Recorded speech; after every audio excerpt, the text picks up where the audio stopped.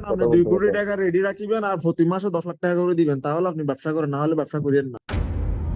যদি ব্যবসা করতে চান তাহলে প্রথমে 2 কোটি টাকা রেডি করবেন এবং প্রতি মাসে 10 লাখ টাকা করে দিবেন, তাহলে ব্যবসা করতে পারবেন। অন্যথায় আপনি ব্যবসা করিয়েন না। এরকমই একটি হুমকি দিলেন ডেভিড ইমান। কে এই ডেভিড ইমান, যাকে এই 15 মাসেও কোনো সাধারণ মানুষ চিনত না?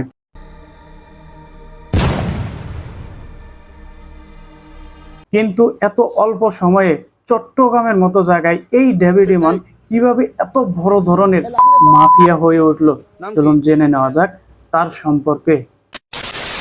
চট্টগ্রামের ফটিকছড়ি দাঁতমারা এলাকার বাসিন্দা মোবারক হোসেন ওরফে ডেভিড ইমানের বাবা মোহাম্মদ মকবুল হোসেন এক সময় বাঁহাতি চাইনাম্যান স্পিনার হিসেবে ক্রিকেট মাঠে এই ইমনের নাম ছিল অনেক সুনামের। কিন্তু সময়ের পরিবর্তনে এবং ক্ষমতার রদবদল হওয়ার পর ক্ষমতার লোভে সে জড়িয়ে যায় অপরাধ ক্রাইমে। রাজনৈতিক পট পরিবর্তনের পরপরই সে হঠাৎ আবির্ভূত হয় অপরাধ জগতের এক নতুন ভাইরাল চরিত্রে। বিদেশের মাটিতে বসে গ্যাং চালানোর শীর্ষ সন্ত্রাসী বড় সাজ্জাদের সেকেন্ড ইন কমান্ড হিসেবে পুরো চট্টগ্রামের চাঁদাবাজি আর অস্ত্রের নেটওয়ার্কের নিজের নিয়ন্ত্রণে নেয় এই ডেভিড ইমান। 25 থেকে 30 জন তরুণের এক নিজস্ব সশস্ত্র গ্রুপ নিয়ে গড়ে তোলে অপরাধের এক নতুন সাম্রাজ্য।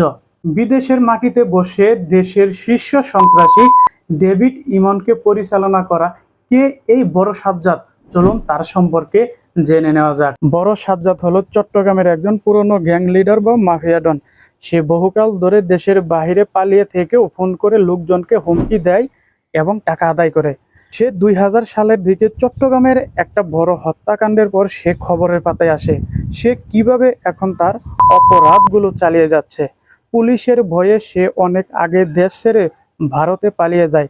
সেখানে বসে সে ইন্টারনেটে বা ফোনে চট্টগ্রামের বড় বড় ব্যবসায়ীর কাছে কোটি কোটি টাকা চাঁদা চায়। টাকা না দিলে দেশে থাকা তার ছোট ভাই যেমন ডেভিড ইমান এরকম লোকদেরকে দিয়ে অস্ত্র দিয়ে পাঠায় এবং ভয় দেখাতে থাকে ও গুলিও চালাতে থাকে। সহজ কথায় যদি বলি, বড় সাজ্জাদ বিদেশে বসে মোবাইল ফোনে আদেশ দিত, আর ডেভিড ইমানদের মতো ছেলেরা দেশে থেকেই সেই অপরাধের কাজগুলো করতে থাকতো। ডেভিড ইমানকে কিভাবে ধরা হয়েছিল? ডেভিড ইমানকে গ্রেপ্তার করা হয়েছিল যশোর জেলায় জমজমপুর এলাকা থেকে। কিভাবে সে ধরা পড়ে? চট্টগ্রাম তার কিছু সহযোগী ধরা পড়ার পর ইমনের অবস্থান সম্পর্কে নিশ্চিত তথ্য পায় পুলিশ। পুলিশ ধাওয়া করায় সে দেশ ছেড়ে গোপনে ভারতে পালিয়ে যাওয়ার চেষ্টা করেছিল। গোপন খবরের ভিত্তি করে যশোরে পুলিশ ও ডিবি টিম মিলে রাত বা ভোরের দিকে মহাসড়কে চেকপোস্ট বসায়।